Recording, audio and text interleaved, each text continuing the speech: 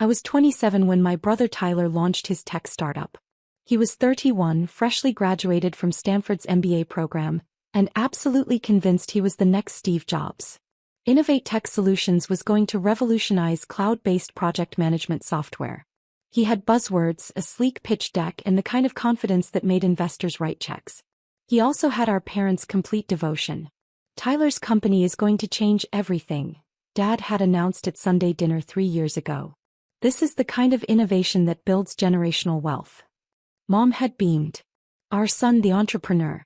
A CEO at 31. I'd been sitting at the end of the table as usual, eating my pasta quietly. I was working as a data analyst at a mid-sized firm, living in a modest apartment, driving a 10-year-old Honda. To them I was the boring one. The safe one.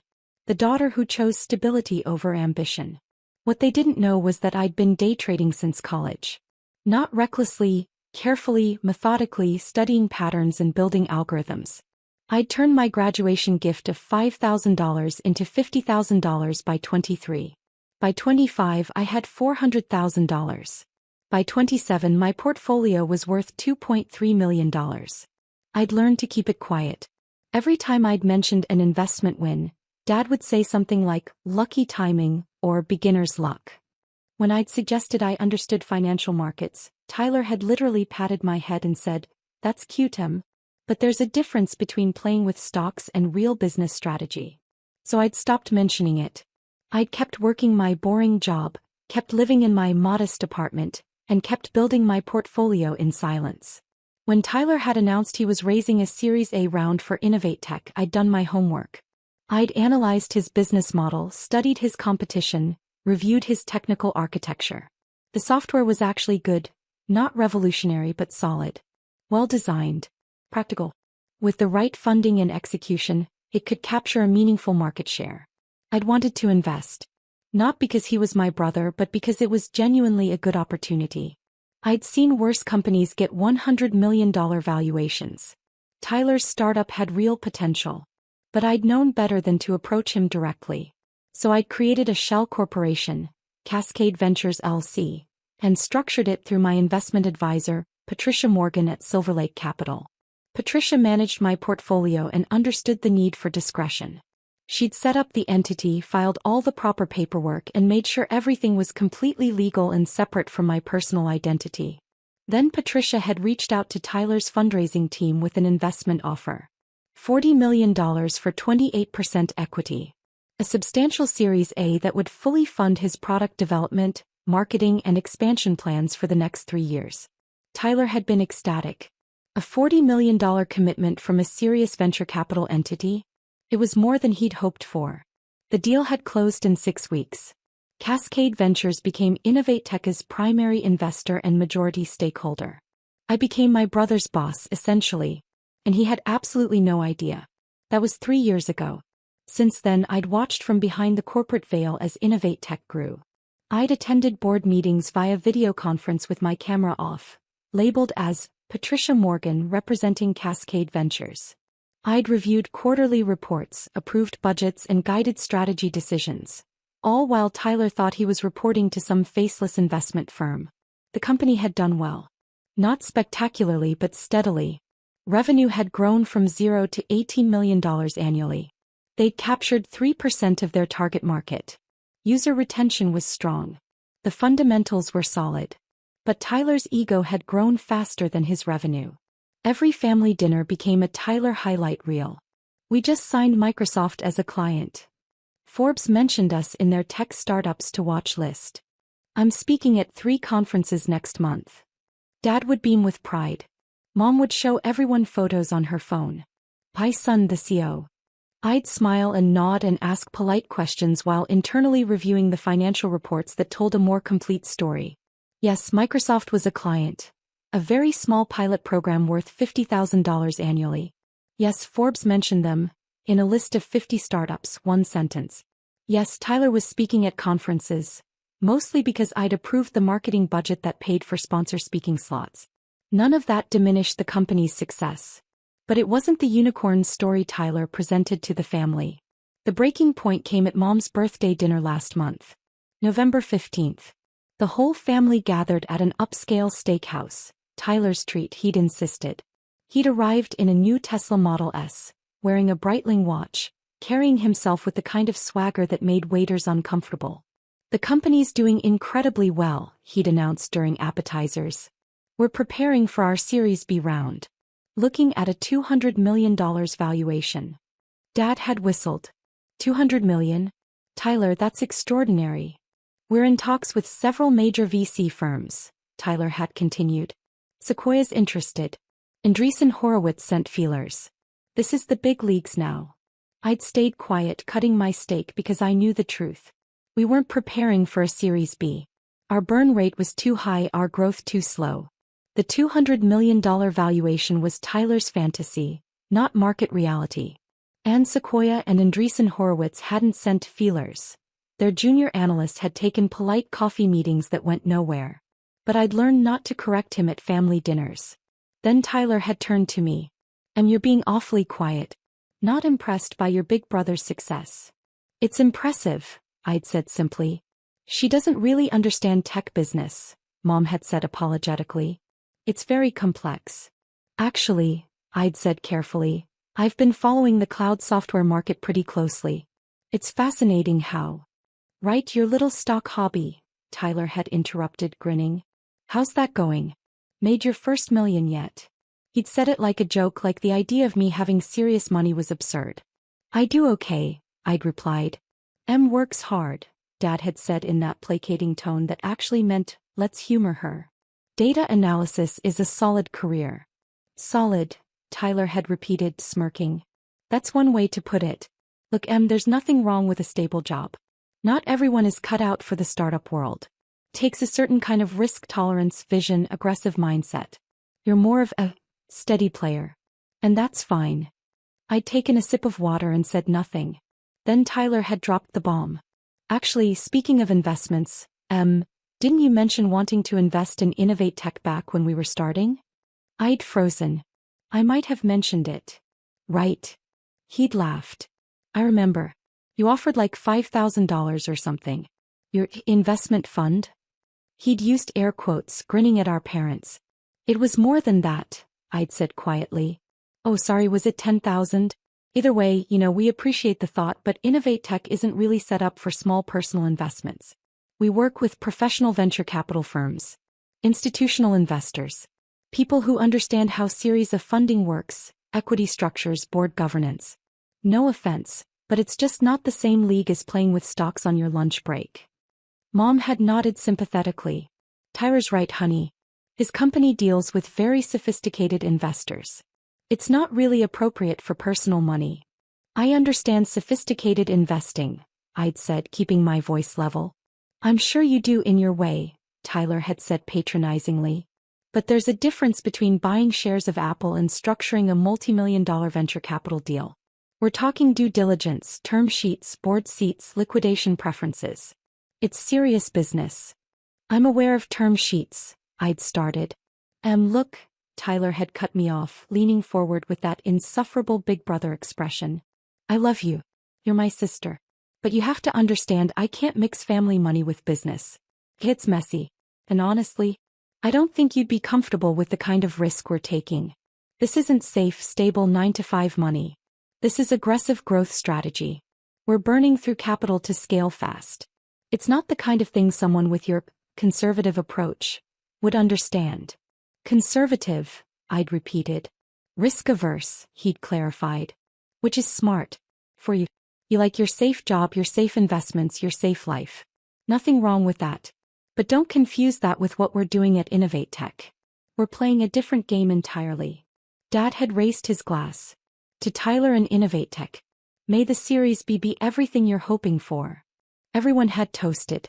I'd raised my glass mechanically, my mind racing. I'd sat through 3 years of this. 3 years of being patronized, dismissed, treated like I couldn't understand basic business concepts. While I literally owned 28% of his company. While I literally controlled his funding. While I literally sat on his board under a corporate pseudonym. The rage had been quiet but absolute. After dinner, I'd gone home to my modest apartment and opened my laptop. I'd pulled up the Cascade Ventures documentation. The shareholder agreement. The funding terms. The liquidation clauses. Then I'd called Patricia. Patricia? It's Emily. I need to schedule a call with Tyler Chin, CEO of Innovate Tech. Board business. Of course. What's the agenda? I'd paused, thinking about 3 years of condescension. 3 years of being told I didn't understand business while I funded his entire operation. 3 years of watching him take credit for success that my money had built. Investment review, I'd said. I'm considering liquidating our position. There had been a long silence on the phone. Emily, you're the majority stakeholder.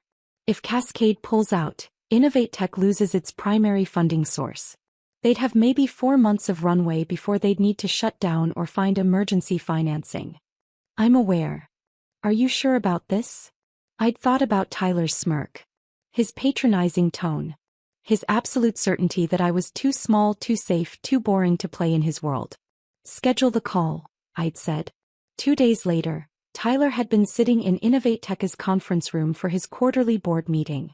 I'd watched via the video link, my camera off as usual, as Patricia had joined the call. Good morning, Mr. Chin, Patricia had said professionally. Thank you for joining us. I'm afraid we have some concerning matters to discuss regarding Cascade Ventures' investment in Innovate Tech. Tyler had looked confused. Concerning?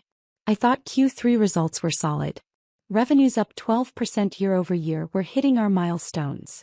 Your financial performance is acceptable, Patricia had interrupted. However, Cascade Ventures is conducting a portfolio review, and we have concerns about the company's trajectory and leadership's strategic judgment.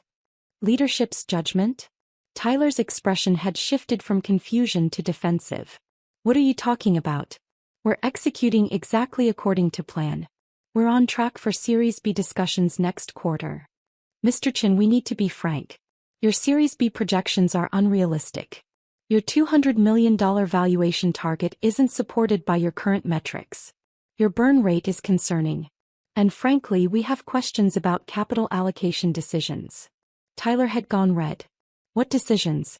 We've been completely transparent. Every expenditure is documented. Your Tesla. Your executive compensation package. The conference sponsorships. The premium office space. These are not efficient uses of venture capital during a growth phase. Those are standard startup CEO expenses. Every tech founder is not funded by Cascade Ventures, Patricia had said coolly. We have specific expectations about capital discipline. Expectations that we feel are not being met. I'd watched Tyler's face cycle through emotions. Confusion, anger, fear. He'd built his entire identity around being a successful startup CEO. The idea that his primary investor was unhappy had clearly never occurred to him. Okay, Tyler had said, forcing calm. Hey. If there are concerns, let's address them. We can adjust spending. We can revise projections. What do you need from us? We need to discuss whether Cascade Ventures wishes to maintain our investment position, Patricia had said. The silence had been deafening. Maintain? You mean you're considering pulling out? We're evaluating all options, including liquidation of our equity stake. You can't. That would destroy the company. We're dependent on your funding for operations.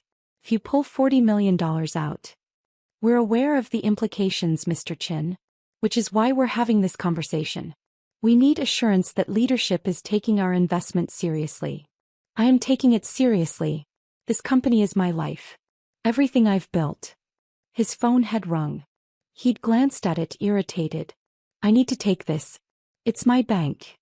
Please do, Patricia had said. Tyler had answered, putting it on speaker. This is Tyler Chin. Mr. Chin, this is David Reynolds from Pacific Trust Bank. I'm calling about your business line of credit. We've been notified of potential changes in your company's capital structure, and we need to discuss your credit terms immediately. Tyler had gone pale. Changes? What changes?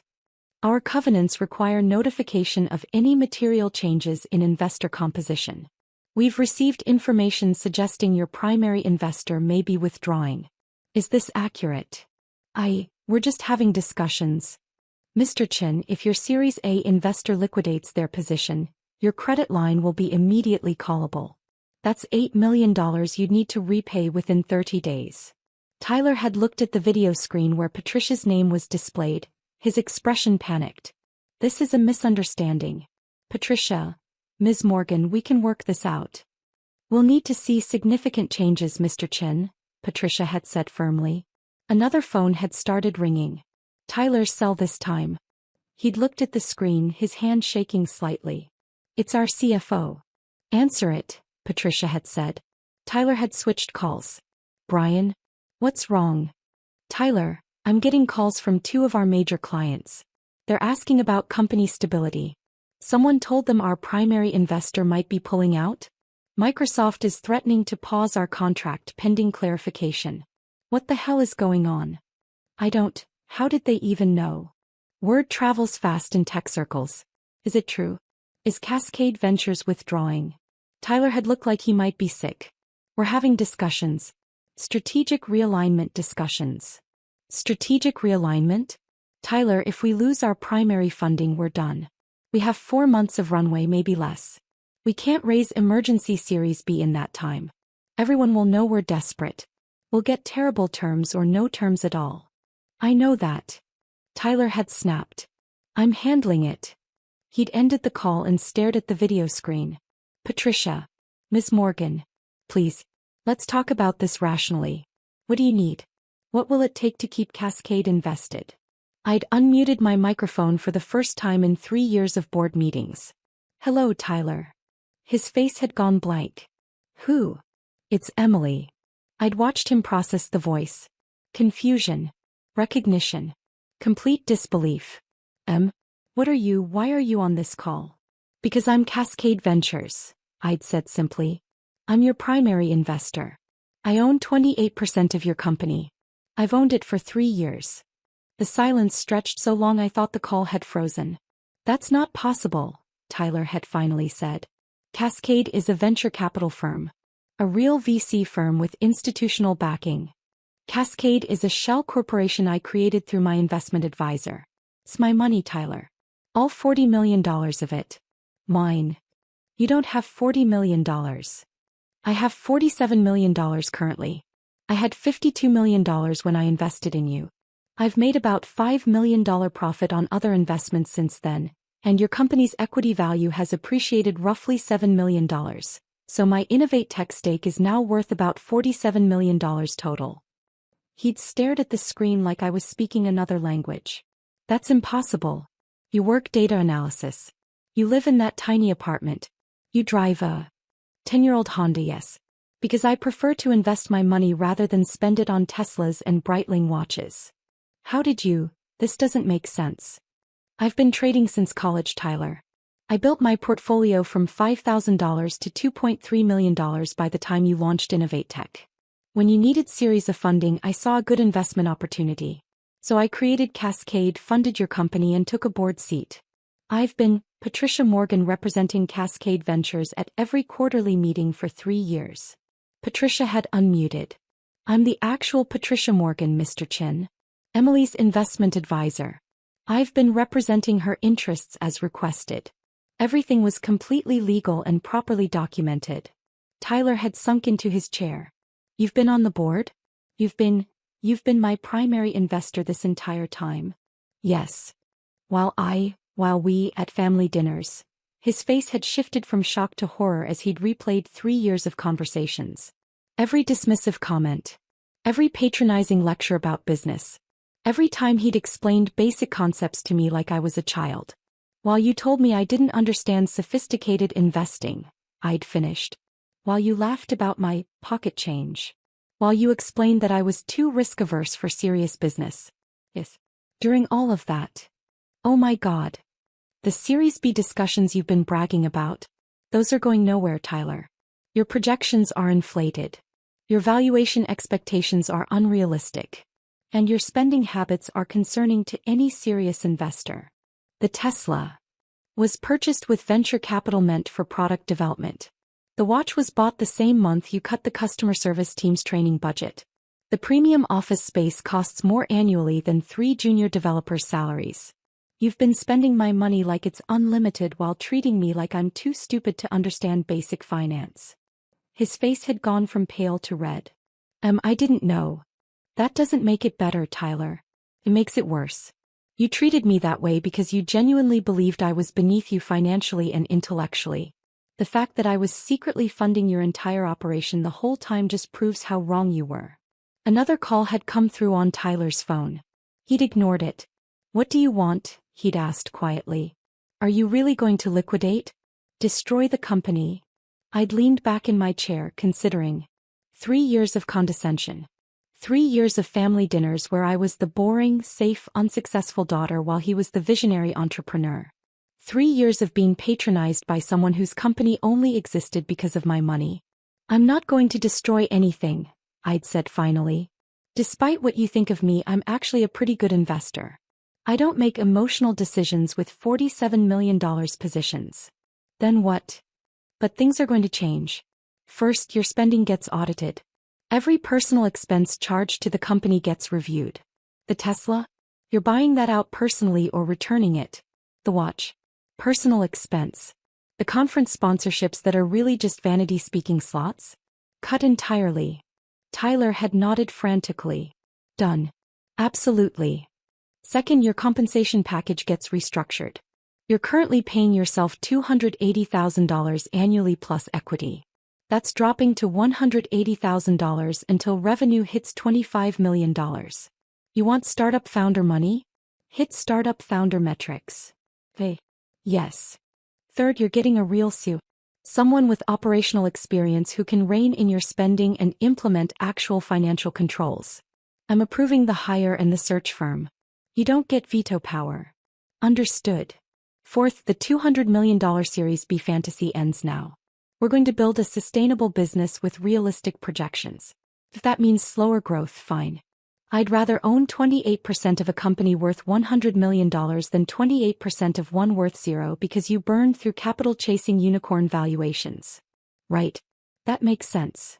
And fifth, I'd said, my voice hardening, you're going to tell our parents the truth.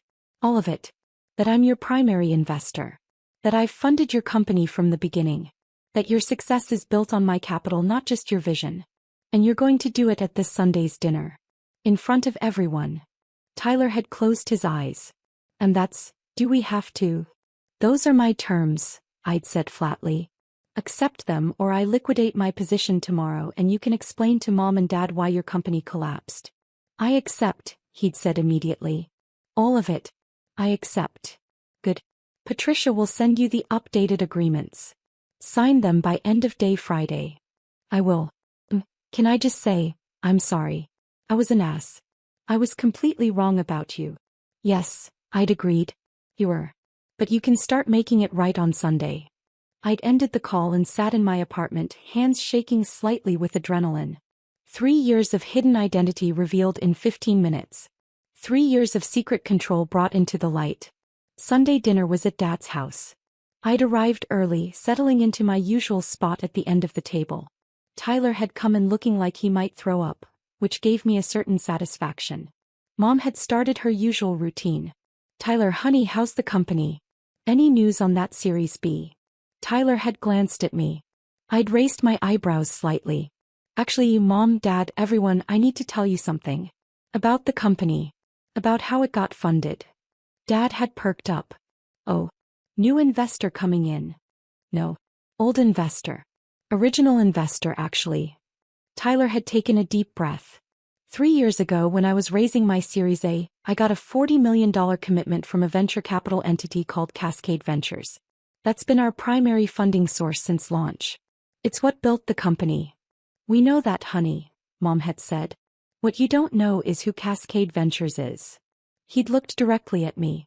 It's Emily. Em created Cascade as a shell corporation and invested her own money. $40 million of her own money. She owns 28% of Innovate Tech. She's been on the board of directors for 3 years. She's not just my sister. She's my boss. The table had gone completely silent. Dad had looked at me. Emily, you have $40 million. I have about $47 million currently, I'd corrected. My portfolio's done well. But you work as a data analyst. I work as a data analyst because I like the work and it's flexible, I'd said. But I've been investing since college. Day trading, algorithmic trading, growth stocks, some crypto early on. I've built the portfolio over time. Mom had seemed unable to process this. You never said anything. I tried to. Remember when I mentioned making $50,000 on a tech stock in my 20s? Dad said it was beginner's luck. When I suggested I understood financial markets, Tyler patted my head and called it cute. Tyler had flinched. So I stopped mentioning it, I'd continued. I kept building my portfolio quietly. And when Tyler needed series of funding, I saw a good investment opportunity. So I funded it. Anonymously. Through a shell corporation. Because I knew if I offered directly, you'd all dismiss it as my little investment hobby, with my pocket change. Pocket change, Tyler had repeated hollowly. That's exactly what I called it. At Mom's birthday dinner. Your pocket change. You did, I'd agreed. Right before you explained that I didn't understand sophisticated investing or term sheets or how serious business works. While I literally owned 28% of your company and had been on your board for 3 years. The table had erupted. Dad asking questions about my portfolio strategy. Mom demanding to know why I'd hidden this. My aunt asking if I was actually rich. Tyler sitting silently, staring at his plate. Why didn't you just tell us? Dad had finally asked. Because you wouldn't have believed me, I'd said simply. Or you would have thought I was exaggerating or gotten lucky or somehow didn't really earn it. You're barely believing me now, and Tyler's here confirming every word. I would have believed you, Dad had protested weakly. Dad, you called me safely employed last Christmas. Like it was a gentle criticism. Tyler literally said 2 weeks ago that I'm too risk-averse for serious business. You've all spent years treating me like I'm playing with monopoly money while Tyler builds a real company. Except Tyler's real company only exists because of my monopoly money. Tyler had finally spoken. She's right. Everything she's saying is right. I've been an arrogant ass. We all have. Isn't just successful. She's more successful than me. Than any of us. She's brilliant at this. And we never even noticed because we were too busy assuming she was exactly what she appeared to be on the surface. I don't understand, Mom had said. Why live in that small apartment? Why drive that old car? If you have this kind of money. Because I'm investing it, I'd explained. Every dollar I don't spend on a fancy car is a dollar that compounds in the market. Warren Buffett still lives in the house he bought in 1958. That's not poverty. That's strategy. Dad had looked at me differently. Not dismissively. Not placatingly.